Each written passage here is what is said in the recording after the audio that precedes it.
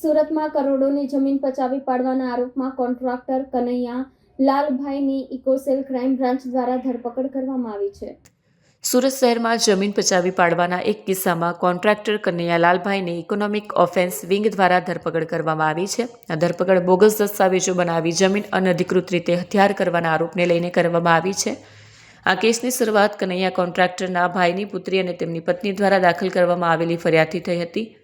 ફરિયાદીઓએ આરોપ મૂક્યો હતો કે કનૈયા લાલભાઈ અને તેમના વડીલ પારજીતભાઈએ જમીન સંબંધિત દસ્તાવેજોમાં ખોટી સહીઓ કરીને જમીન પચાવી પાડવાનો પ્રયત્ન કર્યો હતો. પોલીસના અધિકારીઓએ જણાવ્યું હતું કે આરોપીઓ પર જમીનના માલિકના હક્કો સંબંધિત બનાવટી દસ્તાવેજો તૈયાર કરવાનો આરોપ છે. આ દસ્તાવેજોના આધારે તેઓએ જમીન પર અનધિકૃત કબજો મેળવવાનો પ્રયત્ન કર્યો હોવાનો સંજોગો સામે આવ્યા છે.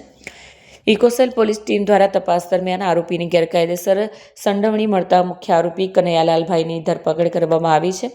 પોલીસ આરોપી પારજીતભાઈની શોધખોળ કરી રહી છે અને વધુ તપાસ હાથ ધરી રહી છે.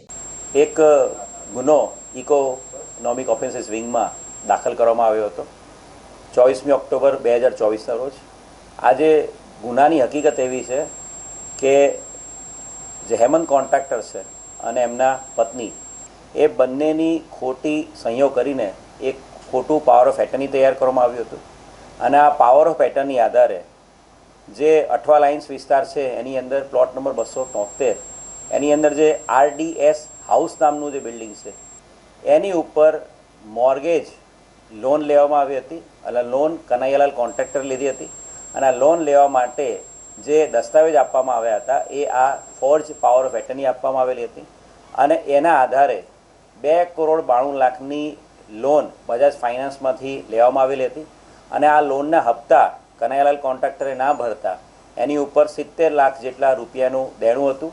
અને જ્યારે બેન્કે આ બાબતે સરફેસી એક્ટ મુજબ કાર્યવાહી કરી ત્યારે જે ફરિયાદી છે અને એમના પતિ હેમંત કોન્ટ્રાક્ટરને ખબર પડી હતી કે એમની ખોટી પાવર ઓફ એટર્ની તૈયાર કરીને આ લોન લેવામાં આવી છે અને જેના આધારે હેમંતભાઈ કોન્ટ્રાક્ટરના પત્નીની એક ફરિયાદ દાખલ કરવામાં આવી હતી.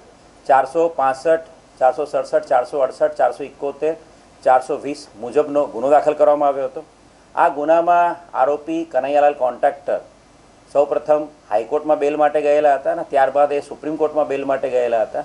સુપ્રીમ કોર્ટે તાજેતરમાં એમને આપેલી વચગાળાની તમામ રાહતો રદ કરી નાખી છે અને સુપ્રીમ કોર્ટે એમની આગોતરા જામીનની અરજી છે એને પણ ડિસ્પોઝ કરી દીધી છે અને જેના આધારે આ આરોપી કનૈયાલાલ કોન્ટ્રાક્ટર એને ધરપકડ કરવાનો માર્ગ ઓપન થઈ ગયો હતો અને આજે વહેલી સવારે ઇન્સ્પેક્ટર હળિયા અને એમની ટીમ દ્વારા આરોપી કનૈયાલાલ કોન્ટ્રાક્ટરની ધરપકડ કરવામાં આવી છે. આ આરોપીના વિધિવત અટક કર્યા બાદ આજે એની રિમાન્ડની પણ કાર્યવાહી કરવામાં આવશે અને જે પાવર ઓફ એટર્ની બજાજ ફાઇનાન્સમાં રજૂ થયેલી હતી એની ઓરિજિનલ દસ્તાવેજો અને અન્ય પુરાવાઓ એકત્રિત કરવાની હાલ કાર્યવાહી ચાલુમાં છે.